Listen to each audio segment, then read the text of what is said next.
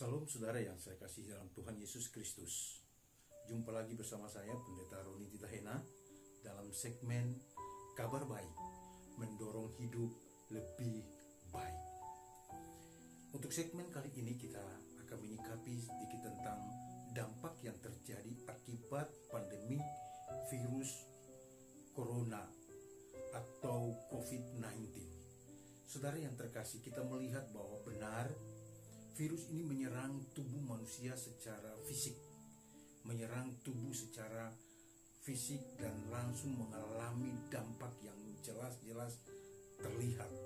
Tetapi kita melihat di sisi yang lain, selain manusia diserang oleh virus ini secara fisik, kita melihat bahwa dampaknya saat ini makin melemahnya perekonomian secara dunia.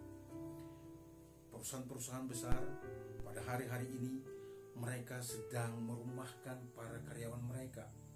Bahkan sampai lebih dari 50% para karyawan harus dirumahkan. Toko-toko, bahkan beberapa pedagang mereka mengeluh. Para pedagang asongan, pedagang kaki lima, buruh kasar, semua mengeluh oleh karena akibat dari pandemi COVID-19 ini. Kesulitan ekonomi makin hari makin meningkat. Informasi terakhir yang baru saya terima dari Badan Pangan Dunia melalui sebuah siaran televisi bahwa dunia sedang terancam krisis ekonomi secara besar-besaran.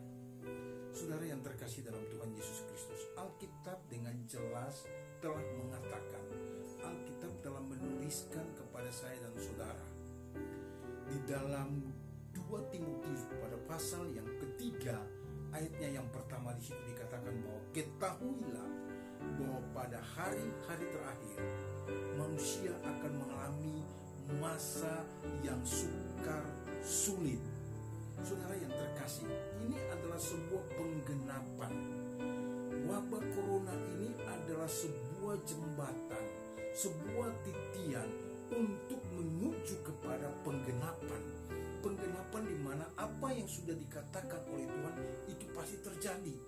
Dan kita, saya dan saudara, kita telah mengetahui ini sejak dulu ketika kita menerima Yesus sebagai Tuhan dan Juru Selamat pribadi.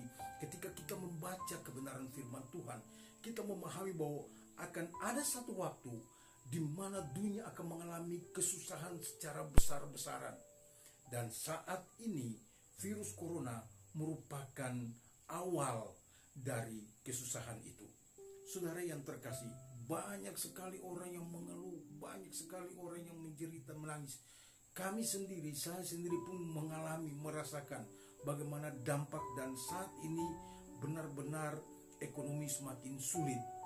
Keuangan yang kita miliki harus dipergunakan dengan sebaik-baiknya, bukan untuk hal-hal yang tidak terlalu penting. Jika digunakan untuk hal yang tepat, saudara yang terkasih, artinya apa? Artinya bahwa kita sedang mengalami sebuah masa yang sukar dan sulit. Itulah sebabnya saudara yang terkasih, melalui segmen Kabar Baik ini, saya mau mendorong saudara-saudara, mari kesempatan yang terbaik kita cari Tuhan, minta pertolongan sama Tuhan, minta kepada Tuhan supaya Tuhan membuka jalan kepada saya dan saudara. Jika memang ini adalah awal dari kebinasaan dunia, maka saya percaya Tuhan akan memberikan jalan keluar, jalan terbaik kepada orang yang datang dan berharap kepadanya, meminta pertolongan kepada Dia. Mari saudara, kita buka hati kita terima Tuhan Yesus, dan kita tahu bahwa dunia sedang melanda krisis secara besar-besaran. Datang kepada Tuhan, niscaya Dia akan menolong saya dan saudara. Tuhan Yesus memberkati. Amin, amin, amin. Shalom.